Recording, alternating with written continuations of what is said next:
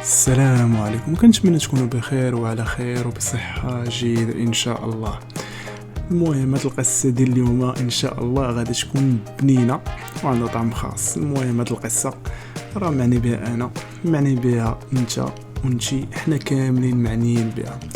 المهم القصة سيدي، كان هذا واحد الصياد، كان نهار كيصيد حوتة كبيرة، نهار كيصيد حوتة صغيرة. واحد النهار وفاق بكري هو يتوكل على الله وهو يمشي له الشبكة ديالو في البحر. بقى كيتسنى واحد شويه ديال الوقت حتى هو يصيد واحد الحوتة وديها للدار.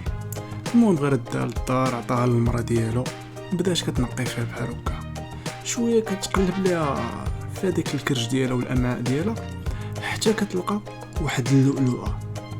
ناضت هي كتجري عنده قالت ليه راه لقيت فيها واحد اللؤلؤه. بقى كيشوف فيها هو لقاها كبيره وزوينه، مشى كيسول على ديك اللؤلؤه ويمشي يسول واحد الذهبي وكيتاجر في هادشي ديال اللؤلؤ. قال ليه بغي نبيع هادي، شحال تجيب ليا؟ ويقول ليه الصراحه هاد اللؤلؤه راه غاليه بزاف وما عندهاش الثمن.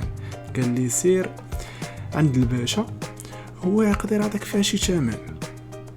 مشى هذاك الراجل عند الباشا كيقلب عليه، صافي وصل عنده ويجلس ويقول لي بغي نبيع هاد اللؤلؤه، شحال تجيب؟ قال لي الصراحه هاد اللؤلؤه راه عندك غاليه وغاليه بزاف حيت راه ما كايناش. قال لي غنصيفطك عند القاضي هو اللي يقدر ياخذ من عندك هاد اللؤلؤه.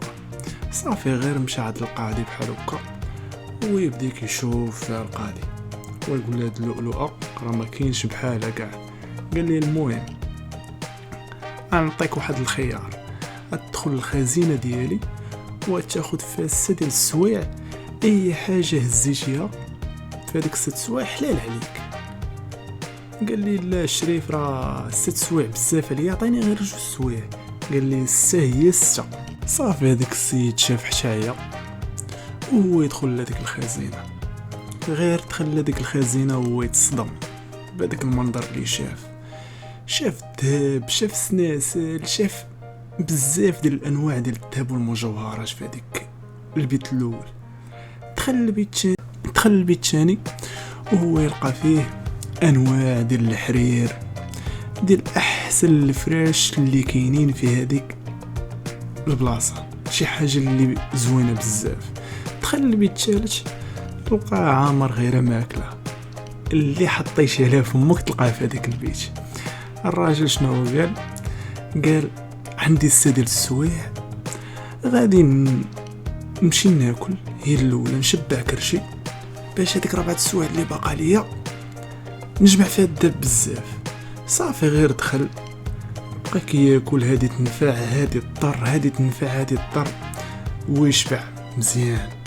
ويرجع البيت الثاني ويلقى فيه الحرير والناموسيات، ويقول خاصني نعس واحد الساعه ولا ساعتين وتبقى لي دوك 2 سوايع نخرج نجمع فيها الدب.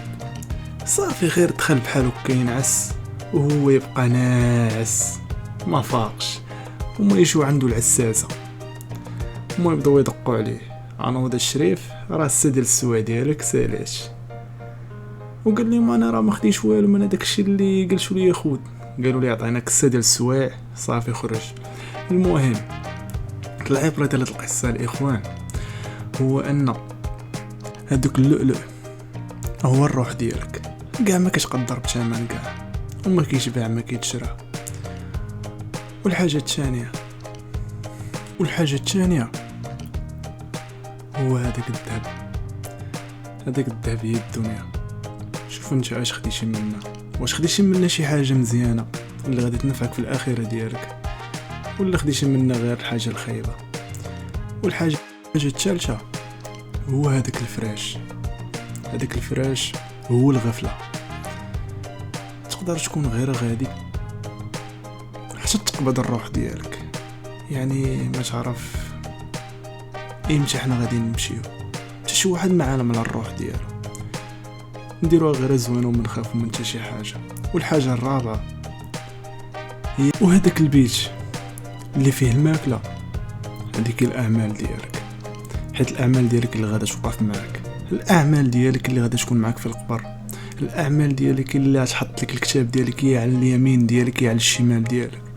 المهم الخوت، الله يدينا في الضوء. وكنتمنى هاد القصه هادي اللي واخا بسيطه ولكن عندها معنى كبير، تقدر بزاف تبدل ليه الحياه ديالو، وتقدر بزاف يكون في الغفله من الامر ديالو وتقدر تقاد ليه الحياه ديالو. المهم الخوت، كان معكم خوكم ناتشو، وبيس ليكم كاملين. خليكم مع هاد الفيديو مع الطيحه الجميله اللي كنت غادي ماليه ما بيا حتى كنلقى راسي طايح. المهم الخوت، بيس ليكم كاملين، ودعمونا بجيم وكومونتير كون زوين بحالكم، وحتى الخايب مرحبا. المهم بيس ليكم كاملين والله يديكم في الضو.